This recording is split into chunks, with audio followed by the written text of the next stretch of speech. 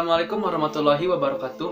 Perkenalkan, nama saya Ceng Taufik Gumelar dari kelas 12 AKL 1. Di sini saya akan menjelaskan materi tentang akuntansi perusahaan manufaktur. Jenis perusahaan dibagi menjadi 3 bagian. Yang pertama, perusahaan jasa. Yang kedua, perusahaan dagang. Dan yang ketiga adalah perusahaan manufaktur. Yang akan kita bahas hari ini adalah perusahaan manufaktur. Sebelumnya, apa itu perusahaan manufaktur? Perusahaan manufaktur adalah suatu badan usaha yang mengoperasikan mesin, peralatan, dan tenaga kerja dalam suatu medium dan mengubah bahan-bahan mentah menjadi barang yang memiliki nilai jual. Ini adalah siklus perusahaan manufaktur. Menurut jenis persediaannya, manufaktur dibagi menjadi 3 bagian. Yang pertama, persediaan bahan baku. Yang kedua, persediaan barang dalam proses. Dan yang ketiga adalah persediaan barang jadi.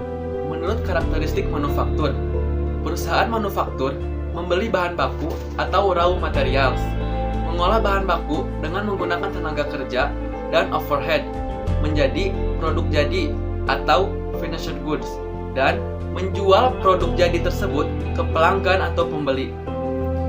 Yang kedua, persediaan perusahaan manufaktur ada 3 jenis.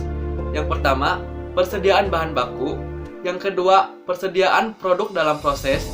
Dan yang ketiga adalah persediaan produk jadi. Selanjutnya itu ada klasifikasi biaya produksi. Dibagi menjadi 3 bagian. Yang pertama ada biaya bahan baku. Yang kedua ada biaya tenaga kerja langsung. Dan yang ketiga ada biaya overhead. Untuk biaya overhead dibagi menjadi 3 bagian. Yang pertama ada biaya bahan penolong.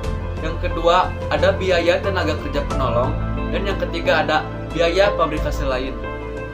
Untuk klasifikasi beban operasional dibagi menjadi 2. Yang pertama ada beban pemasaran, dan yang kedua ada beban administrasi dan umum. Laporan harga penjualan produksi. Laporan harga penjualan produksi adalah laporan tentang biaya total yang dikeluarkan oleh perusahaan untuk memproduksi barang di dalam suatu periode tertentu.